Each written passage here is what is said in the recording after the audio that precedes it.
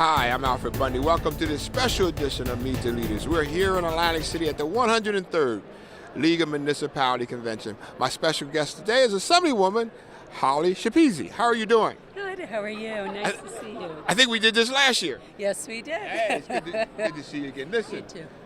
tell me a little bit about, are we still concerned about having a green economy and a healthy environment here in New Jersey? What are we doing in this area?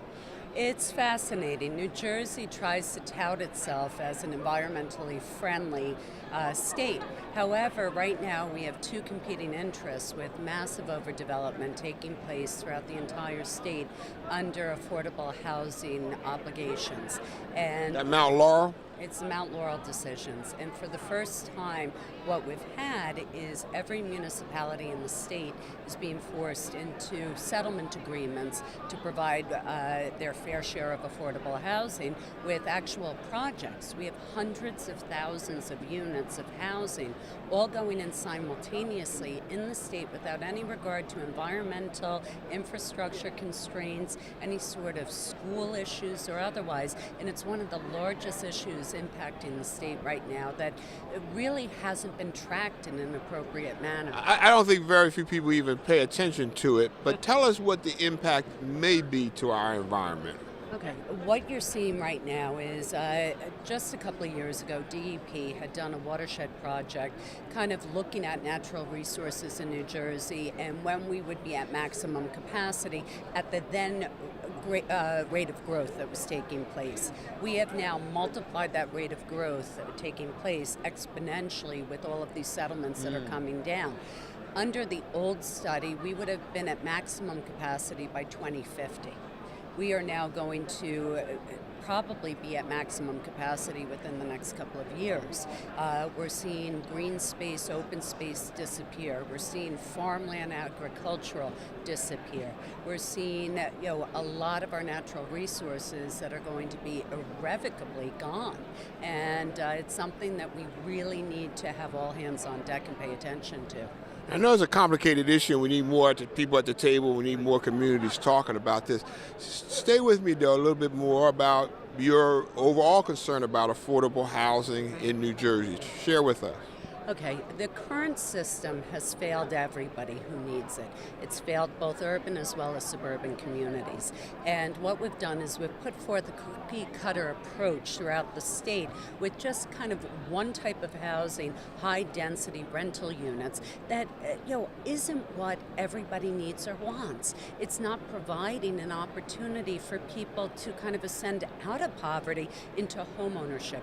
We're not doing anything in the urban communities for people who live within the urban communities and want to stay there. Instead, we're just building very luxury, high-density homes in urban communities under tax break type deals for developers, and we're not providing anything to the lower middle class that are within those communities for their families. And do we need the mayors to get involved? I mean, who needs to rally here with the legislature? So right now we have the League of Municipalities rallying with the legislature. We have the Conference of Mayors rallying with the legislature. We're all starting to work in conjunction with one another to come up with a fair, balanced approach.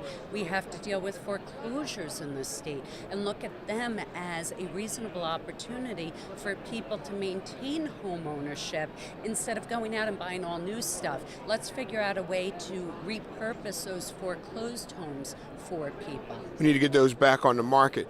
Listen, Equal Pay Act just went through. I think it's named after Diane Allen. Correct. What's that mean? Well, I think for women in the state, we've seen every time we think that women have an equal standing, equal footing, stuff comes down that shows that we, in fact, do not. And so we now have a bipartisan women's caucus. I'm the co-chair of that. I'm also now on the committee that's going to be handling the investigation into some of the hiring practices in the state.